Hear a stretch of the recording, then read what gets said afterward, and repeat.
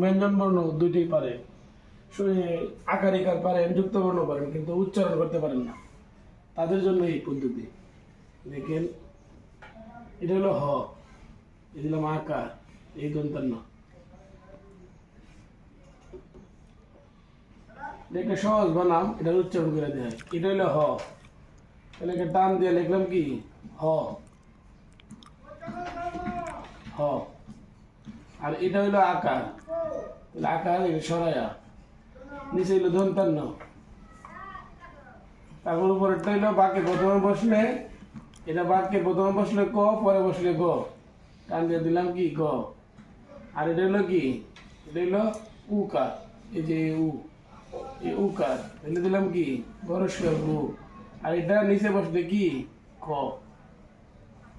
উচ্চারণ কি হইলো হানগু। এভাবে ভাঙ্গা ভাঙ্গা শব্দগুলো লিখবেন।